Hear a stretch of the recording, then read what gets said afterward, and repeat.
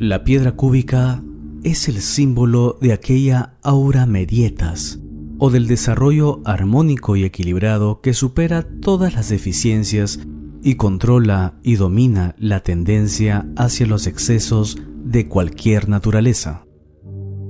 Pues todo exceso en cualquier sentido es por sí mismo un mal, una falta de control y de discernimiento, o bien de equilibrio, de medida y de armonía.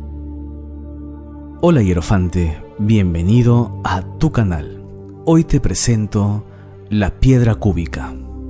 Excederse en cualquier sentido es, pues, en último análisis, también una deficiencia, pues indica la falta de la cualidad opuesta que debe controlar esa tendencia, que precisamente por el hecho de exceder indebidamente se hace viciosa.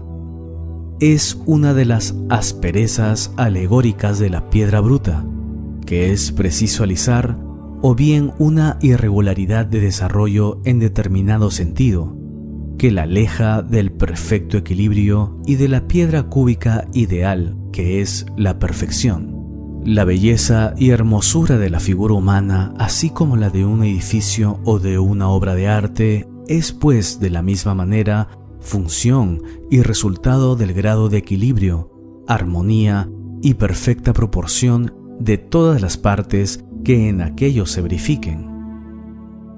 Cuando haya desproporción y exceso en cualquier sentido, precisamente allí se hace manifiesta la imperfección que la aleja de la áurea medietas y constituye por consiguiente un elemento de fealdad.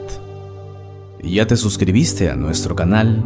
Hazlo ahora. Suscríbete y dale like al video. Con eso nos apoyas a seguir creciendo para que nuestro mensaje llegue a más hierofantes.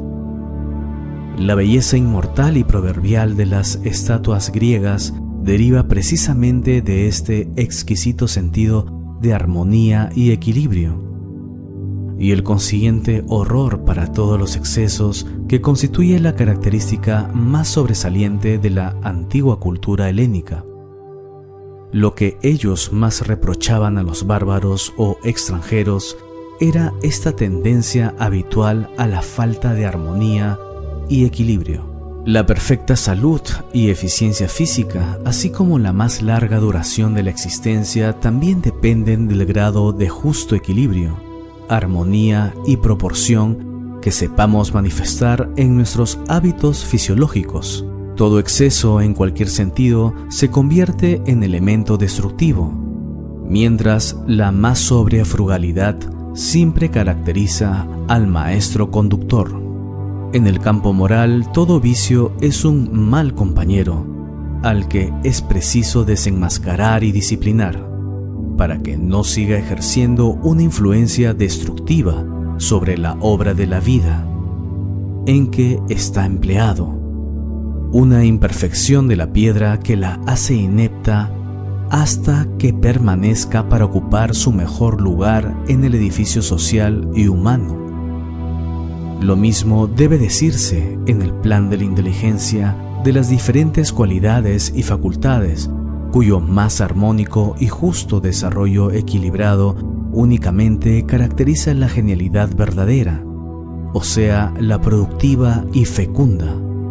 Pues el llamado genio no consiste únicamente en el desarrollo de la facultad de la memoria, ni en el de la imaginación, como tampoco se hace con la sola lógica, con la más cuidadosa y perfecta observación, ni con la despejada claridad del juicio.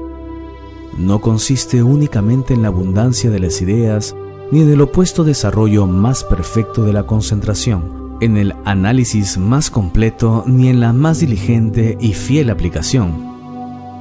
Ninguna de estas cualidades únicamente hace al genio verdadero, que solo se realiza con el más exquisitamente perfecto desarrollo equilibrado de todas indistintamente, sin que ninguna exceda en ningún sentido, sino que todas y cada una sepan siempre conservar el lugar que les corresponde y actuar en la perfecta armonía que se necesita para una producción literaria, artística, científica o filosófica de un género realmente superior. La sola intuición, cuando no está acompañada por el raciocinio, puede dar la percepción inmediata de la verdad, pero hace al que la percibe incapaz de expresarla debidamente. Mientras el raciocinio sin la intuición nos hace dar 1000 rodeos y paseos, más o menos satisfactorios y felices, en el campo de las concepciones y creaciones intelectuales, siempre nos cierra el paso de las regiones superiores, en donde resplandece la verdadera luz, y únicamente en donde puede percibirse la razón íntima de las cosas y hallarse la solución mejor y más satisfactoria de cualquier problema que nos ocupe.